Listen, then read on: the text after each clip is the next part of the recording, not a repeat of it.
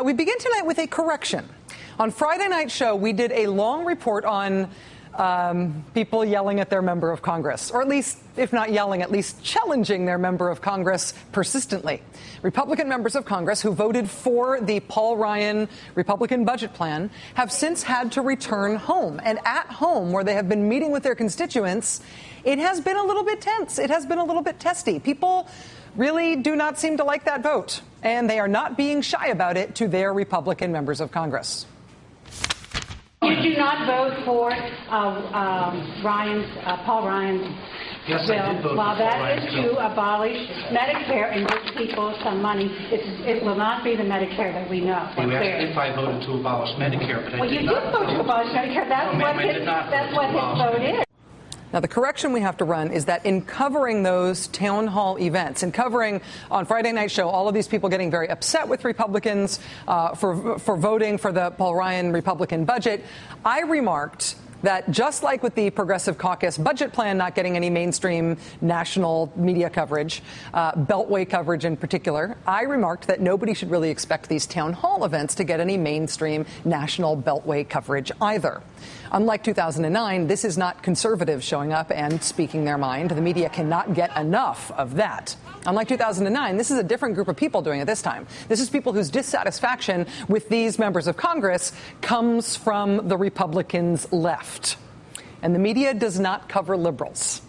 Here's what I said on Friday. The Beltway press does not cover liberals. When the Beltway press covers liberals, it's not only not political science, it's not even sociology. When the Beltway press covers liberals, it's anthropology. They might as well be putting tags on our ears and watching us in a mating season. That was an off-script moment, as they say. So I'm not exactly sure where I was going with the whole mating season thing. I don't know. I can't answer for that. But with the ear tag thing, what I meant was that the Beltway never recognizes what liberals do as political activity. They don't recognize what liberals do as political activity that would have any relevance to what's going on in Washington, what's going on in Congress, what's going on with big, important front-page politics. And when the Beltway does recognize that liberals are engaged in some form of political activity, they treat it like it's like you're watching National Geographic or Mutual of Omaha's Wild Kingdom, having an exotic foreign discovery of some kind to share with the folks at home. That's what I meant. That's what I said on Friday night. But then, this weekend, look what happened. Politico, freshman Republicans feel the heat back home. LA Times, House Republicans face backlash at home over budget plan. National Journal, Republicans in swing districts take heat for supporting Ryan's Medicare plan. The Hill, left hopes for town hall rage of its own. ABC News, Republican lawmakers face angry, confused constituents on Medicare and budget cuts. USA Today, Republicans in Congress get earful on Medicare.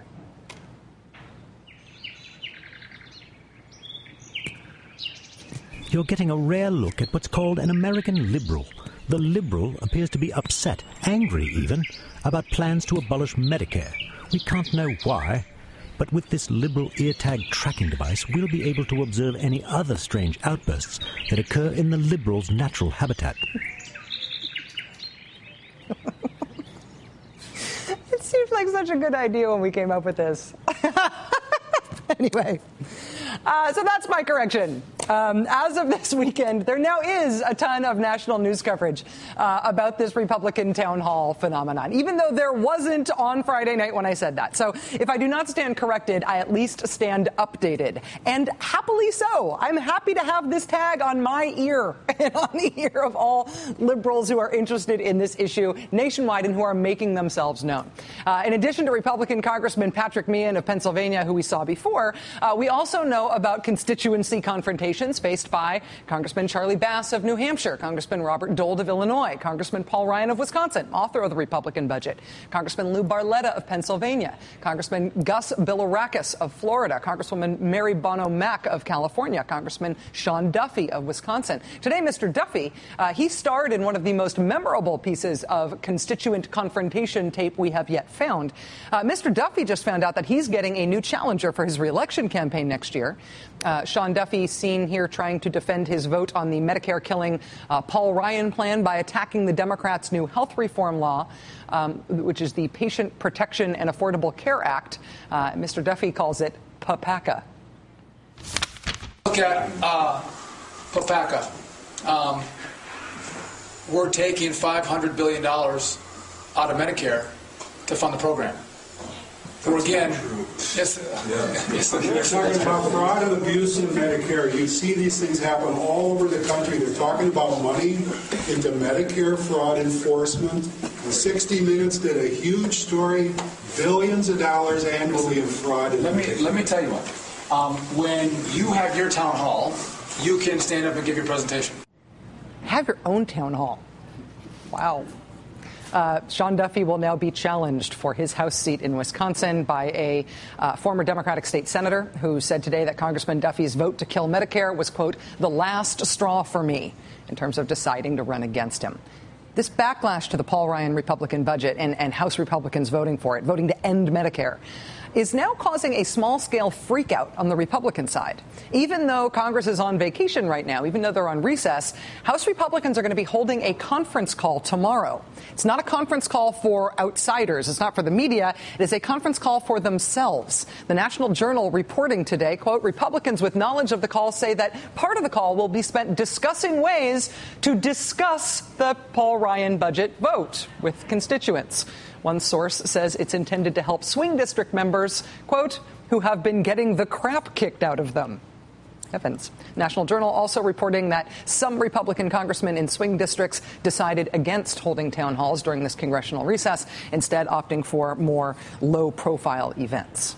Smelling political opportunity here, the Democrats' House Campaign Committee has started running this ad, picking off specific Republican members of Congress who said they would always protect Medicare, but who have now just voted to get rid of it. Social Security and Medicare are a promise we have made to our seniors, and I will keep that promise. I'll never put our seniors' future at risk. No cuts, no privatization, and no scaring our seniors. We have got to fulfill our commitment to our seniors, the promises that we have made. Cutting Medicare $500 billion to pay for Obamacare. That's wrong. I am committed to making sure that our seniors have the benefits that they're entitled to and that they've earned, whether it's Social Security or Medicare. I mean, it's ludicrous on its face to think that me as a physician would want to see Medicare dissolved. Part of a DCCC ad running as of today. All of those Republicans campaigned on protecting Medicare. Then they went to Washington and voted for the Paul Ryan Republican budget, which would do away with it. Democrats appear to be moving on this in maybe even a coordinated way. This new ad from the Democrats' House Campaign Committee follows another one that the Democrats released last week. There are also liberal outside groups who are now organizing on the issue as well. For example, a group called Social Security Works now says they're going to be holding their own events in the districts of some of these swing state Republicans who just voted for the Paul Ryan budget. If I did not know any better, I would say that not only is voting to kill Medicare really, really unpopular, but Republicans who voted for that are getting held accountable for that vote by their own constituents. And the Democratic Party is noticing that and capitalizing on it. And the grassroots liberal groups are noticing that and capitalizing on it, too. And it's getting national press coverage. I mean, am I awake? Is this really happening? This is not usually the way it works. Joining us now is Chris Hayes, Washington editor of The Nation magazine and MSNBC contributor. Chris, it is good to see you. I'm glad to see you've had the tag removed. I had mine taken off, yes. This is very good. You know, you've hosted this show. You know how things can seem like good ideas in the afternoon meeting, and then it comes time to do them on TV, and you're like, oh, I've got this sort of gift tag stuck to my head, and I'm going to bat at it. I thought it worked. I cracked up, and B, yes, I have spent 4 hours after the show going through everything that didn't work, so yes. All right. Well, I'll just pretend it did. All right. As you know, I am a reliable grump about politics. I can find the dark cloud inside any silver lining. But on this issue, on the Paul Ryan budget, it sort of seems like Democrats and liberal groups are getting the politics of this right. They are trying to maximize this as an opportunity. Do you see it that way? Yeah, I mean, I think what's interesting is that there was a sort of finger in the wind period after this, where it didn't seem like the Democrats recognized just what an opportunity this was in the same way that you did and a lot of people who are observing this did. And now it seems like, actually, what I find so remarkable is that the upheaval we're seeing right now in the congressional districts, and this may alter as groups kind of get more involved, is pretty genuinely and totally organic and local. I mean, there is not a massive concerted effort. It's not like you're going to some website and it's telling you where your town hall is and go beat them up over the Medicare vote. People love Medicare. They love the social safety net. They love their single-payer health care.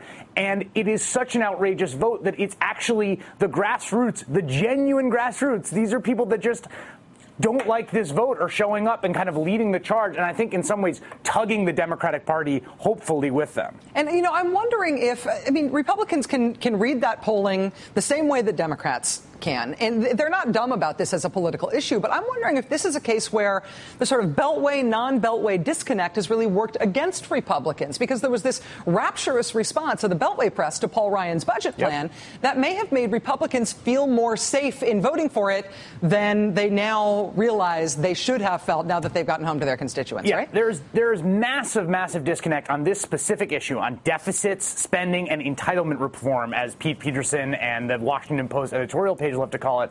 There's massive disconnect between the kind of establishment, very conservative position that is the kind of status quo, bien pensant belief of the people in Washington and what people actually feel about Social Security Medicare. In some ways, it's 2005 all over again. Remember, George Bush won a very narrow victory in historical terms and set himself about thinking that he had won a mandate to privatize Social Security, which is one of the most cherished programs in the history of the American Republic, and he got his butt handed to him because people did not want that. And I think, again, you're seeing this sort of misunderstanding of what exactly the election of 2010 was about. Republicans won because the economy is terrible and there is a tremendously dyspeptic mood in the country, understandably. It was not a ratification of a very radical vision of this sort of extreme privatization of the social welfare state. And I think they've convinced themselves that it was the latter. I don't think they're lying when they think the American people really did go to the polls to vote for this kind of vision, Paul Ryan's vision. I think they believe that. And what we're seeing now is that was not the case. Well, if there is that misunderstanding of the electorate, whether it's sort of Beltway-itis or whether it's some other just ideologically motivated misunderstanding, perhaps, what happens next here? I mean, Democrats, I think, have now started to calculate the politics appropriately here in a way that matches the poll numbers, at least. If Democrats do have a wave to ride here, how do they ride it to 2012? How do they get the most electoral benefit out of it? Well, there's a few things. I mean, one is the most obvious thing is that they should take a vote on the Ryan budget in the Senate. Harry Reid should move for a vote in the Senate. They shouldn't change a word. They should bring it up and make every Republican in the Senate walk the same plank that their colleagues have already walked in the House. I mean, I think there's no reason not to do this. It's not going to pass. B, if it passed, let the president veto it. Let the president veto it and say, I saved Medicare, and go tour around the country and say these big bad Republicans wanted to end your Medicare and I saved it. I mean, it's an obvious political winner. So that's the most obvious thing to do. The other thing is, I think we're already seeing from the White House is make the Paul Ryan budget the sort of the enemy, the kind of opponent. Before you have an actual presidential opponent, before there are actual opponents who file in states and in House districts, make it the opponent. Get every Republican candidate on the record. If they're not incumbents now, would you have voted on it if you're not in office now? Make that the central issue. Chris Hayes, Washington editor of The Nation magazine, MSNBC contributor, and good sport who said this worked when it totally didn't, but I really appreciate you saying so. Thank you, Chris. Thanks, Rachel.